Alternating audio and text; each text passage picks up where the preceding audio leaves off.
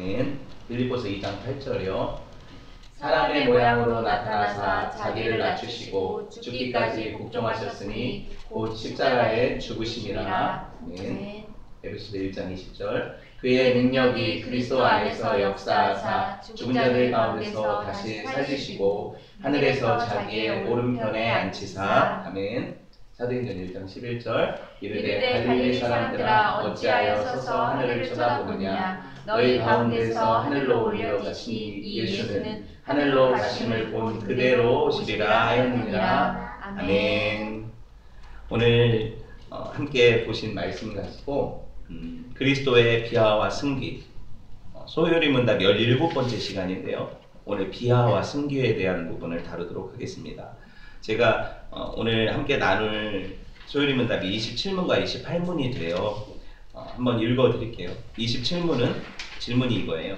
그리스도의 비하는 어떤 내용으로 구성되는가? 비하는 낮아지심을 의미하거든요. 낮아지셨다는 의미거든요. 답은 그리스도의 비하는 성육신과 비천한 삶의 조건에서 구성되는 율법 아래 나시고 세상에서 고난 겪으시고 하나님의 진노와 십자가의 저주의 죽음과 장사 지냄과 일시적인 죽음의 세력 아래 계신 것이다. 이렇게 고백을 하고 있어요. 이따가 설명을 드리고요. 28문을 보면 그리스도의 승기, 높아지심이라는 뜻이거든요. 승기는 좀 어려운 말이죠. 승기는 무엇으로 구성되는가? 그리스도의 승기는 제3일의 죽음에서 부활하심과 성부의 우편에 앉으심과 마지막 날에 이 세상을 심판하러 다시 오시는 것으로 구성된다. 이렇게 고백을 하고 있어요. 네, 우리가 지난 시간에 예수님의 그리스도의 삼중직에 대해서 공부했죠. 같이 말씀을 나누었어요. 뭐라고 했습니까? 삼중직이 선지자의 또 제사장의 또 왕의 이 세 가지 직분을 예수님이 비하와 승기의 상태에서 감당하신다 이렇게 얘기했죠. 그렇죠? 근데 비하와 승기는 오늘 따로 떼어서 다룬다고 얘기를 했잖아요. 그래서 오늘 이 말씀을 가지고 함께 이 직무를 비하와 승기에서 다루신다는 의미가 뭔가 이거를 함께 공부해 보도록 하겠습니다. 첫 번째, 그리스도의 비하. 여러분 먼저 비하에 대해서 살펴보면 전에도 비하가 뭐냐고 누가 물었어요. 비하는 낮아지심이라고 얘기를 했잖아요.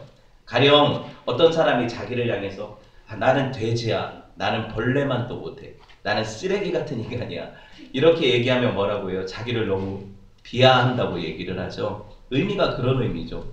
여러분 자기를 낮추는 것이 비하라고 한다면 말로만 낮추는 것은 그냥 정신적인 자학일 뿐이죠. 맞아요? 예, 그거는 진짜로 낮추는 게 아니잖아요. 진짜로 낮추는 게 아니잖아요. 실제로 돼지가 된 것도 아니고 쓰레기가 된 것도 아니고 벌레가 된 것도 아니잖아요. 그렇죠? 그냥 정신적인 자학일 뿐이에요. 하지만 예수님의 비하는 그런 정신적인 자학과 달라요. 역사적 사실이라는 얘기죠. 창조주가 사람이 되셨다는 것. 여러분 상상이 되십니까? 이거는 사람이 바퀴벌레가 된다라고 할 때 우리가 혐오감을 갖고 어떻게 사람을 벌레에 비교하냐 이러죠. 발끈할 일이죠. 아마 그걸 듣고 가만히 참을 사람이 없을 것 같아요. 그런데 창조주가 피조물이 된다는 사실은 이보다 더하다는 거예요. 사람과 바퀴벌레는 피조물과 피조물 사이 아닙니까? 기껏해야. 근데 창조주 하나님과 피조물인 사람 사이의 이 간극은 어떡할 겁니까? 여러분 그래서 하나님이 사람이 되셨다는 의미는 우리가 바퀴벌레 되었다는 의미보다도 더한 거예요. 이거를 진짜 비하라고 얘기를 하죠. 이런 유명한 비유를 들어보셨을지 모르겠어요. 여러분 길에 가다 보면 개미떼들이 이동하는 거 보이죠? 뭐 비 오기 전에 뭐 이럴 때 개미떼들이 막 무리지어 이동을 합니다. 근데 어떤 사람이 가다 보니까 큰 길가에 개미떼들이 수만 마리가 이동을 하고 있었어요. 개미들이 불쌍해서 차가 멀리서 오고 있는 것을 보고 이 사람이 개미들한테 소리를 지르죠. 야, 이거 저기 차 오는데, 자동차가 다가오는데 니네 어떡하냐, 빨리 피해라. 알아듣습니까? 개미가 사람 말을? 못 알아듣죠. 입으로 후후 불어보기도 하고 손으로 이렇게 싹싹 밀어내기도 해도 개미들이 그때뿐이지 다 그 길로 이렇게 지나가고 있단 말이죠. 근데 차는 다가오고 있어요. 이 사람이 너무 안타까워서 기도했어요. 내가 한 번만이라도 개미들의 언어를 알아서 개미들한테 이 사실을 좀 전해줬으면 좋겠다. 피하라고 얘기해줬으면 좋겠다. 이 기도를 하니까 이게 간절했는지 하나님이 응답을 하셔서 이 사람을 개미가 되게 하셨어요. 개미가 되게 하셔서 개미가 되니까 뭐가 돼요? 의사소통이 되죠. 개미들하고. 개미 무리에 들어가서 외쳤죠. 저기 차 오는 거 안 보이냐? 지금 이 길로 지나가면 안 된다. 이 길에서 벗어나 나가라. 이러다가 죽는다. 그렇죠? 그랬더니 이 이야기를 들은 개미들이 있고 듣지 않은 개미들이 있다는 거예요. 들은 개미들은 어떻게 해요? 피해서 나갔겠죠. 그럼 어떻게 돼요? 살았죠. 그런데 이것을 비웃는 개미들이 있었다는 사실이에요. 듣고도 아이 차가 어디 있어? 내가 왜 그것 때문에 피해야 돼? 그러다가 어떻게 됐겠어요? 깔려 죽었다는 거죠. 그런데 정말 안타까운 사실은 뭐냐면 이 개미들은 그 마지막까지 말 안 듣는 개미들이 불쌍했던 거예요. 사람이 변해서 개미가 되니 이 개미가. 그래서 끝까지 말 안 듣는 개미 한 개미라도 건지려고 끝까지 남아있다 어떻게 돼요? 자기도 그 차 바퀴에 갈려서 죽었다는 거예요. 황당한 얘기죠. 이게 무슨 뭐 저런 얘기가 다 있어. 물론 비유죠. 하지만 이 비유의 한 측면이 뭘 보여줍니까? 우리를 위해서 사람이 되셔서 자기를 희생하신 예수 그리스도의 그 놀라우신 그 희생을 보여주는 비유잖아요. 여러분 가슴이 먹먹하지 않습니까? 소요리문답 27문이 이걸 뭐라고 얘기하냐면 예수님의 비하라고 얘기를 해요. 자기를 비우시고 낮아지셨다는 의미죠. 첫째로 예수님의 비하의 단계를 제가 이게 살펴볼 때 오늘은 사실 소요리문답의 그 답에 의거해서 한 6가지 정도로 보려고 해요. 첫째로 보시면 낮아지셔서 낮은 자리로 오심을 비하라고 얘기를 해요. 여러분 성육신이란 말이 무슨 뜻이에요? 하나님이 사람으로 오셨다 이런 의미 맞죠? 이게 성육신이에요. 성육신 그 자체가 비하 아닙니까? 성육신은 그 자체가 비하예요. 아까 사람이 개미가 된 것, 그렇죠? 비하잖아요. 성육신 자체가 비하인데 하나님께서 사람이 되셔서 이 세상에 오시지 않았다면 사람들이 하나님을 믿었겠습니까? 믿지 않았다는 거예요. 하나님의 마음을 그대로 전달할 그 사랑의 메신저가 누구예요? 예수 그리스도였다는 사실이죠. 그래서 오늘 읽었던 첫 번째 성경 구절 누가복음 2장 7절에서는 뭐라고 해요? 첫 아들을 낳아 강보로 싸서 구유에 뉘었으니 이는 여관에 있을 곳이 없음이로라. 마리아와 요셉은 예수 그리스도의 육신의 부모들이죠. 그들이 성령으로 잉태된 예수님을 낳으려고 그때 베들레헴이라는 지역에 가서 여관을 찾았는데 여관에 꽉 차 있었죠. 그래서 낳을 데가 없으니까 어디 낳았어요? 그 여관 주인한테 부탁해서 마구간이라도 좀 빌려서 거기서 아기를 좀 해산하게 해달라 하니까 불쌍했는지 마구간에 빌려줘서 그 마구간에서 낳았어요. 보시면 여기 표현을 보세요. 강보로 싸서 구유에 뉘었다. 침대, 아기 침대에 뉘은 게 아니죠. 흔들의자에 뉘은 게 아니에요. 어디에 뉘었어요? 말구유는 뭐예요? 말 먹이통 아닙니까? 지저분한 말구유에 누이셨다는 거예요. 저는 이 말씀을 읽을 때마다 마음이 참 그래요. 예수님이 강남의 타워팰리스에 태어났다고 설명하고 있지 않죠. 당시 로마 황제의 아들로 태어나지 않으심에 감사해야 돼요. 유대인의 왕궁에서 태어나지 않으심에 감사해야 돼요. 왜 그러냐면 대부분의 사람들은 그렇게 예수님이 오셨다면 예수님 근처에도 가지 못했을 거예요. 예수님은 어디 태어나셨습니까? 가난한 나사렛 목수 요셉과 마리아의 아들로 태어나셨을 뿐 아니라 심지어 태어나실 때 산후조리원은커녕 마구간 말구유에 누이셨어요. 여러분 이걸 생각해 봐야 돼요. 거적대기에 쌓여서 누이신 예수님, 사람이 되셨다는 의미가 여러분 그냥 낮아지심, 그냥 우리가 하나님이 사람이 되셔서 왕으로 오셨다 이런 의미가 아니라는 거예요. 정말 인간의 비참함을 경험하셨다는 의미예요. 태어나자마자 여러분 그냥 그 아기가 축복받고 사랑받아도 사실 그죠? 부족할 텐데 헤롯이라는 당시 왕으로부터 살해 위협을 당하셨죠. 기억하십니까? 당시 2살 아래 어린 남자들 다 죽이라고 명령했어요. 왜? 유대인의 왕이 난다는 예언을 들었거든요. 그것 때문에 죽이려고 하니까 마리아와 요셉이 원래 자기 고향으로 돌아가지 못하고 어디로 도망가요? 애굽으로 2년간 피난을 가요. 그 아기를 데리고. 이런 일을 겪으셨어요. 다시 2년 후에 어디로 오세요? 나사렛 옛 동네, 촌 동네로 오셔요. 사실 나사렛이라고 하면 이 청주 서원구 모충동보다 훨씬 촌이죠. 비교가 안 돼요. 예, 이런 촌 동네로 가셔서 로마 식민 치하 아래에서 아버지는 목수의 일을 하는 그 가업을 도와가면서 그 어린 시절 약 30여 년 장성하기까지의 고된 삶을 사셨다는 거예요. 그죠? 여러분 예수님이 어떤 비하를 경험하셨는지, 어떻게 낮아지심을 경험하셨는지 우리가 잠깐 보는 거예요. 두 번째, 낮아지심의 두 번째 단계로 오늘 소요리 문답이 뭔 얘기를 합니까? 율법에 복종하셨다. 율법 아래에 계셨다, 이런 얘기를 해요. 갈라디아서 4장 4절을 이렇게 말씀하세요. 볼까요? 때가 참에, 여기 없군요. 제가 읽어드릴게요. 때가 참에 하나님이 그 아들을 보내사 여자에게 나게 하시고 그리고 율법 아래에 나게 하신 것은 이렇게 기록하고 있어요. 예수님이 누구 아래에 있다는 거예요? 율법의 아래에 있다는 거예요. 이게 뭐가 그렇게 비하냐? 제가 얘기를 해드릴게요. 예수님은 하나님이시죠. 율법은 누가 주셨습니까? 하나님이 주셨어요. 자기가 만든 법에 자기가 종속된다는 의미죠. 하나님이 이스라엘 백성들이 지킬 법으로, 하나님을 섬길 법으로 율법을 주셨는데, 인간이 되신 하나님은 인간이 되셨을 때 나는 그 법을 제정한 사람이니까 지킬 이유가 없다, 나는 치유의 법권이다, 이렇게 주장하신 건 아니라는 거예요. 율법의 모든 요구를 본인도 감당하셨다는 거예요. 그러니까 사람이 얼마나 피곤하고 권고하고 힘든 것인지를 알았다는 거예요. 왜요? 우리가 율법의 의무를 지키기 위해서 노력해 본 사람들은 알아요. 그 율법이 사람이 결코 지킬 수 없을 만큼 높은 곳에 있다는 걸 알게 돼요. 근데 예수님은요, 스스로 그 모든 법에 자기를 순종하셔서 그 법을 다 지키셨다고 성경이 얘기를 하고 있어요.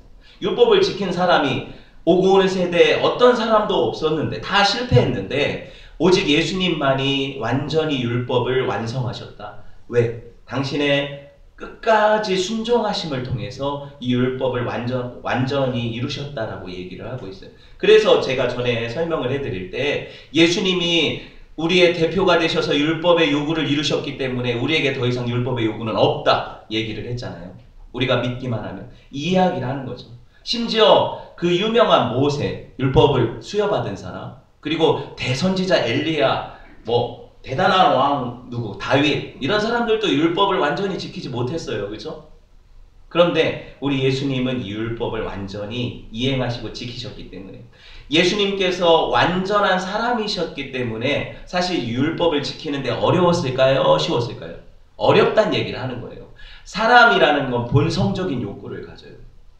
저도 편하고 싶죠. 놀고 싶죠. 쉬고 싶죠. 제 육체의 정욕대로 살고 싶죠. 이런 욕구가 없는데 율법의 요구를 지키는 것이 어렵겠습니까? 요구가 있으니까 어려운 거예요. 율법은 그렇게 하지 말라, 아니면 이렇게 하나님을 섬겨라, 이런 명령의 체계들인데 사람의 본성은 그걸 거스르거든요. 나는 더 편하게 내 맘대로 살고 싶거든요. 그런데 율법의 요구를 따르기 위해서는 자기 본성을 억눌러야 하니까 얼마나 어렵겠어요. 그렇죠? 이게 바로 사람이 되셔서 율법을 지키기가 어려우셨다는 얘기예요. 그럼에도 불구하고 그 모든 어려움, 이 오욕 칠정을 누르시며 이것을 지켜가셨던 예수님의 그 모습이, 여러분 보세요. 우리 주님은 결코 육신의 정욕과 사탄의 어떤 유혹에 굴하지 않으셨다는 거예요. 사람들은 다 여기 굴해요. 그래서 예수 믿는 사람들도 범죄하잖아요. 하지만 우리 주님은 이 유혹에 넘어져 범죄하지 않으셨다. 이 얘기를 하기 위해서 예수님이 사람이 아니셨다면 하나님이신데 무슨 죄의 유혹이 있었겠어, 이렇게 이해하지 말라는 의미죠. 절대로 그렇지 않아요. 우리와 똑같은 그 욕구와 맞서 싸우시면서 하나님의 법에 순종하신 것이 율법의 요구를 이루셨다는 의미예요. 아시겠죠? 그렇게 우리 예수님이 낮아지셨다는 거죠. 세 번째로, 낮아지심의 세 번째 단계로 예수님은 고난을 당하셨어요. 고난을 원하는 인생이 있습니까? 없죠. 여러분, 누가 사서 고생하고 싶어요? 될 수 있으면 편하게 살고 싶죠. 될 수 있으면 원하는 대로 살고 싶죠. 죽도록 고생 한번 해보고 싶은 사람, 나는 그게 소원이다. 바보입니까? 없잖아요. 그렇죠? 그런 사람 없어요. 하지만 여러분, 하나님께서 사람으로 이 땅에 오셨을 때 뭘 각오하셨냐면 사람이 겪는 모든 고난을 겪기로 작정하셨다는 거예요. 그럴 이유가 없으셨는데, 우리는 그럴 이유가 있어서 당하는 고난이지만 그런 고난을 당할 이유가 없는 분이 이 고난을 당하기로 자청하셨다는 거죠. 이것이 바로 예수님의 인생이란. 예수님이 오셨을 때 그러면 어떤 고난을 당하셨습니까? 사람들이 겪는 다양한 고통들을 아세요? 얘기하자면 많죠. 슬픔, 배고픔, 가난, 고통, 모욕당함, 뭐예요? 수치, 분노, 배신감, 이런 걸 누가 당하셨다고요? 당할 이유가 없으신 예수님이 다 당하셨다는 거예요. 그게 낮아지심이라고 얘기를 하는 거예요. 여러분, 이거를 성경이 극적으로 표현하는 것이 뭐냐면 이사야 53장 3절 말씀 없죠. 제가 읽어드릴게요. 그는 멸시를 받아 사람들에게 버림받았으며 간고를 많이 겪었으며 질고를 하는 자라. 마치 사람들이 그에게서 얼굴을 가리는 것 같이 멸시를 당하였고 우리도 그를 귀히 여기지 아니하였도다. 여러분 십자가에 달리신 예수님을 묘사한 그림들을 보셨어요 혹시?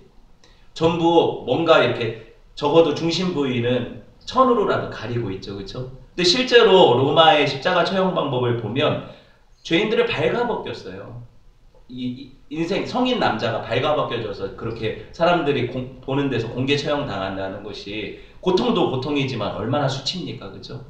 이런 수치와 모욕을 당하셨다는 거예요. 무엇보다도 예수님이 당하셨던 것 중에 우리가 각인되는 게 뭐냐면 제자들 3년간 예수님밖에 없다고 믿고 따르던 그 제자들이 예수님의 십자가 앞에서 어떻게 해요? 그를 다 부인하고 도망가죠. 이 배신감을 아세요? 내가 믿었던 어떤 사람들이 나를 모른다 하고 내가 어려움에 빠졌을 때 돌아보지 않고 그렇게 내가 잘 나갈 때는 내 옆에서 알짱거리던 사람들이 그죠? 그 배신감을 아세요? 사람들이 겪는 것 중에 제일 아픈 감정이 배신감이래요. 엄청난 분노가 일어나죠. 그런데 예수님 뭐라고 기도하세요? 저들을 불쌍히 여겨주십시오. 용서해 주십시오. 이렇게 기도하죠.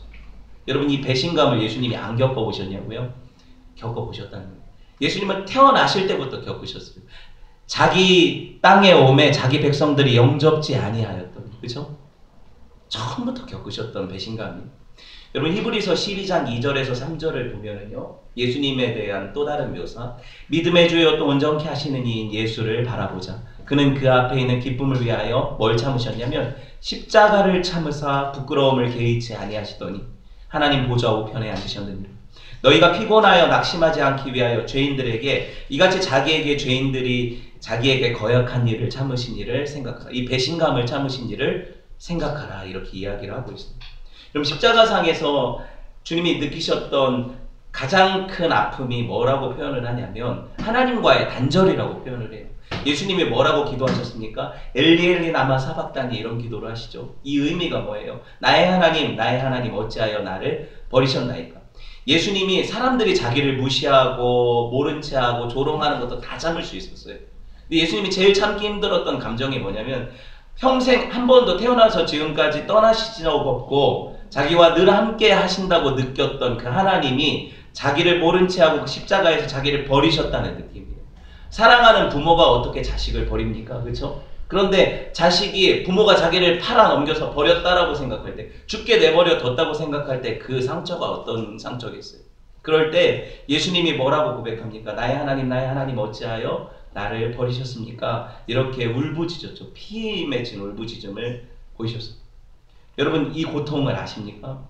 우리가 어떻게 알겠어요? 그러면 저는 이렇게 예수님이 십자가상에서 부르짖을 때 그 고통을 알고 충분한 능력으로 구원하실 수 있음에도 불구하고 그걸 참아내셨던 하나님은 어떠셨을까? 이런 생각을 하게 돼요.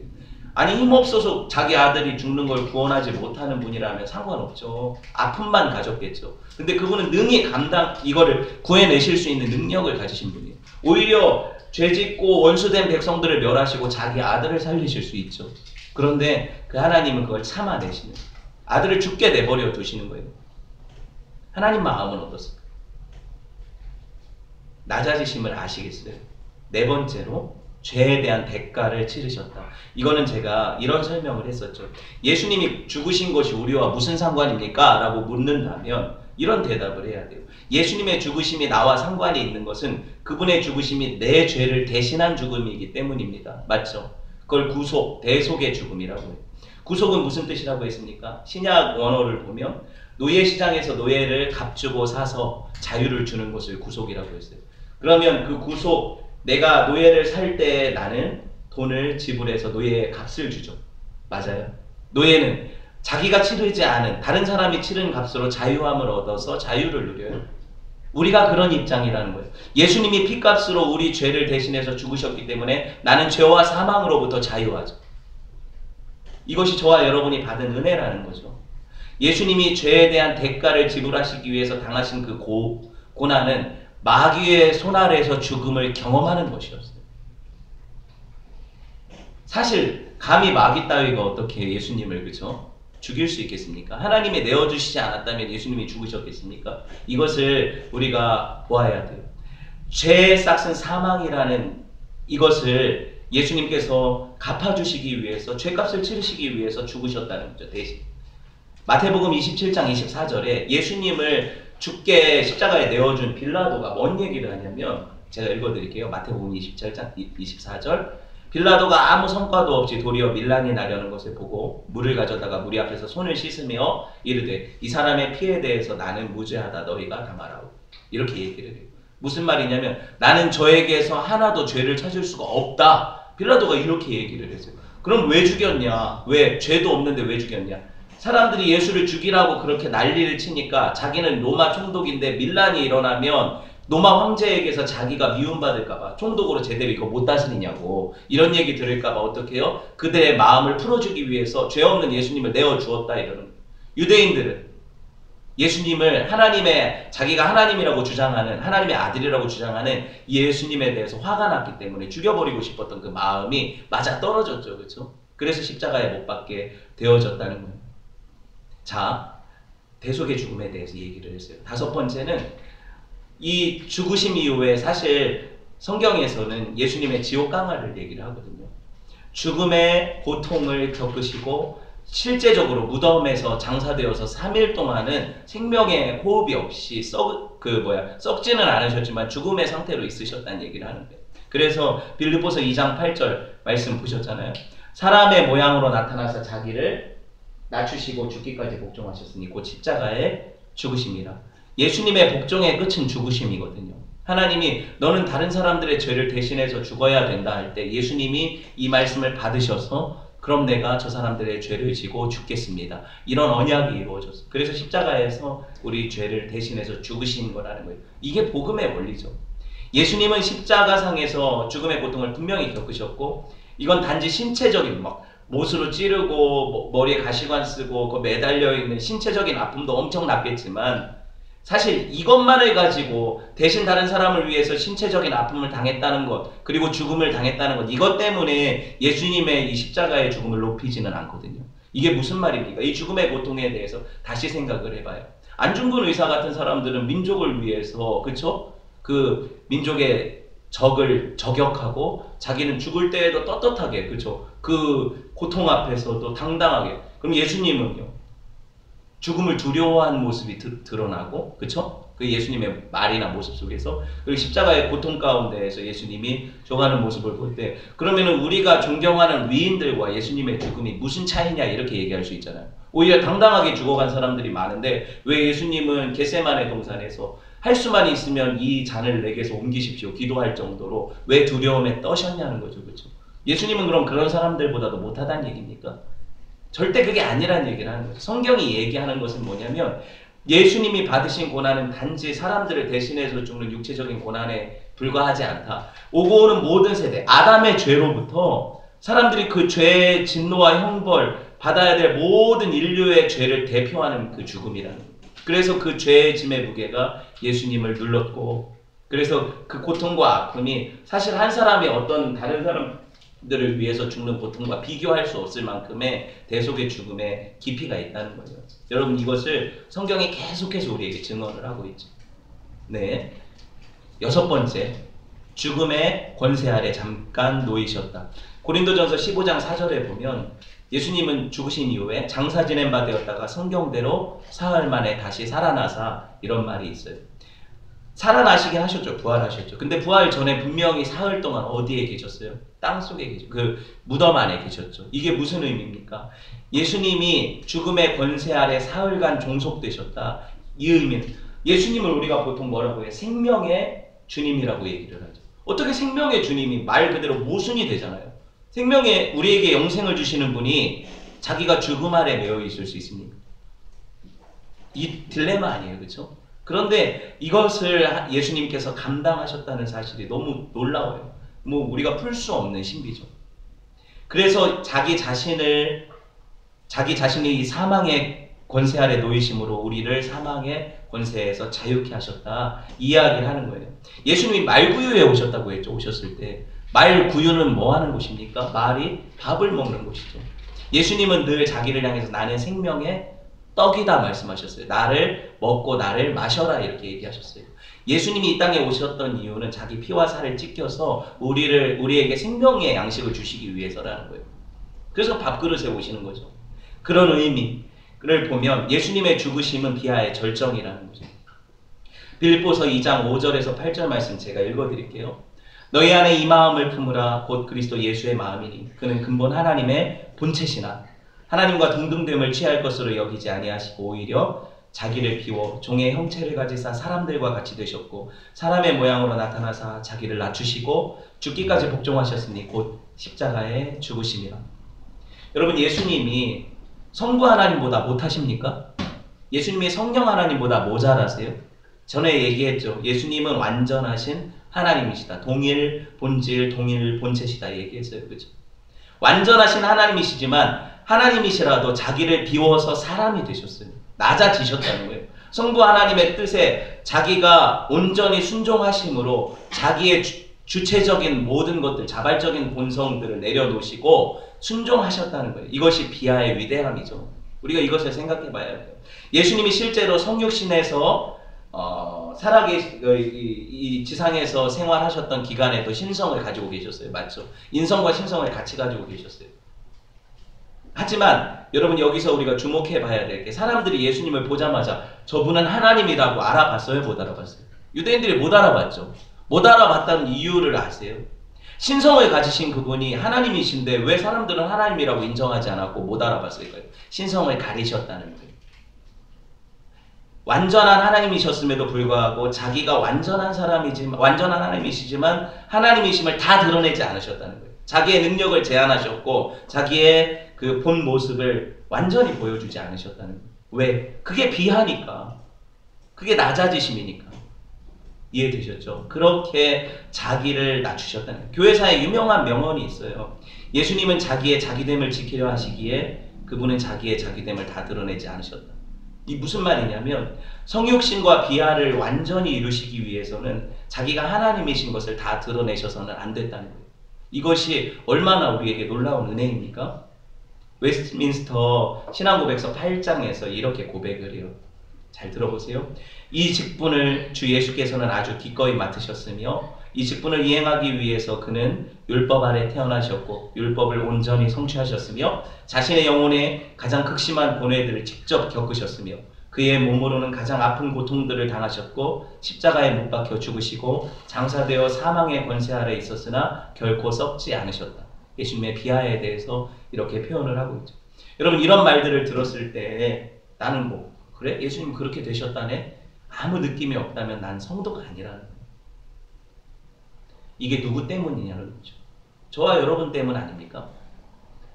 이것에 대한 감사와 감격이 식어졌다면 우리 영혼이 병들어 있다는 거예요.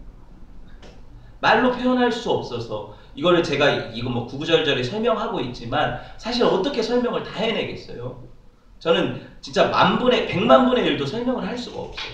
그냥 여러분들이 이 정도 들었으니까 아, 예수님의 비하가 이런 것이구나 하고 대충 알아듣는 정도지 저도 몰라요.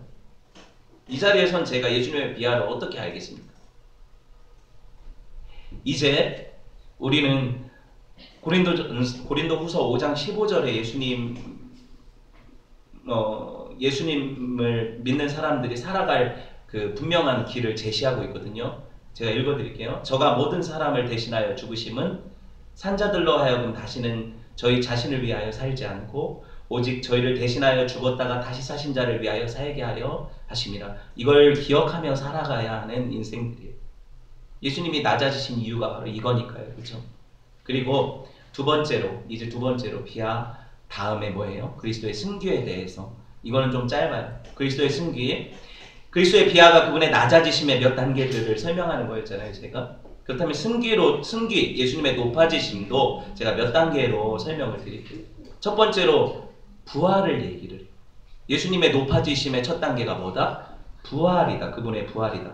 고린도전서 15장 4절은 장사 지낸 바 되셨다가 성경대로 사흘 만에 다시 살아나서 이렇게 얘기를 하죠. 예수님의 부활이 없다면 사실 우리가 기독교, 예수님을 믿는다는 이것이 헛되요. 왜? 우리는 예수님이 사망 권세를 이기시고 승리하셔서 우리에게 영생을 주시는 분이라는 사실을 믿고 따르는 사람들이죠. 부활이 없다면 기독교는 없는 거예요. 예수님은 부활의 첫 열매시고 그 다음 우리가 부활할 거예요. 그렇죠? 우리가 죽어도 다시 산다고 성경이 얘기를 하잖아요. 우리가 믿는 것이 얼마나 놀라운 얘기입니까? 사람들은 죽음 이후에 어떤 다른 많은 이야기들을 하지만 예수 그리스도를 믿는 믿음 안의 부활에 대해서 몰라요. 안타깝죠. 예수님이 부활하셨다는 의미는 어떤 의미냐면 이미 하나님은 우리의 죄값에 대한 그분의 진노를 거두셨다는 의미예요. 이미 그게 값이 치루어졌기 때문에 더 이상 하나님이 네가 또 다른 사람들이 대신 네 죄를 네가 갚을 의무가 없다, 이런 의미를 보여주시는 거죠. 그러니까 우리는 예수 그리스도의 십자가의 죽으심과 부활을 통해서 하나님 앞에 담대히 나아갈 수 있는 특권을 얻었다는 얘기예요. 예수님이 장사된 지 3일 만에 부활하셔서 수많은 사람들에게 보이셨죠. 성경이 계속 이걸 증언하고 있어요. 나중에 제자들과 바울에게도 보이시죠. 성경이 계속 이야기를 해요. 부활의 증거를 제가 어찌 다 얘기를 하겠습니까? 지금 얘기하고 싶은 것들 중에 몇 가지 아주 좀 핵심적인 것들만 말씀을 드릴게요. 고린도전서 15장 6절에서 8절 말씀에 보면 바울이 고린도 교인들에게 편지를 쓰는 장면인데 뭐라고 얘기를 하냐면 그 후에 500여 형제에게 예수님이 일시에 보이셨나니 그 중에 지금까지 대다수는 살아있고 어떤 사람들은 잠들었다 죽었다. 그 후에 야고보에게 보이셨으며 그 후에 모든 사도에게와 맨 나중에 만삭되어 나지 못한 자 같은 나에게도 보이셨다. 이 구절의 의미가 뭐냐면 편지를 썼어요. 고린도 교인들한테 쓴 편지죠. 받았어요. 그 사람들 중에서 바울이 예수님의 부활에 대해서 증거를 쓸 때 거기 이미 예수님의 부활을 본 사람들이 있었다는 거예요. 고린도 교인들 중에서. 너네도 보지 않았냐? 그 중에 태반이 살아있지 않냐? 어떻게 부활을 의심할 수 있냐? 사람들이 부활은 없다고 얘기할 때 아니 본 사람이 어떻게 부활을 못 봤다고 얘기를 하냐? 그런데 보세요. 바울이 편지를 썼는데 이게 뻥이다. 바울이 쓴 편지가 거짓말이다. 그럼 편지를 받은 사람들이 뭐라고 얘기해? 아니 못 봤는데? 얼마든지 그때 부정할 수 있잖아요. 아니 우리 중에 누가 봤다는 거야? 너만 봤다는 얘기잖아. 이렇게 부정할 수 있잖아요. 근데 이 편지가 그대로 고린도 교회에 인정이 되었어요. 왜냐하면 실제로 본 사람이 그 안에 있었다는 의미죠.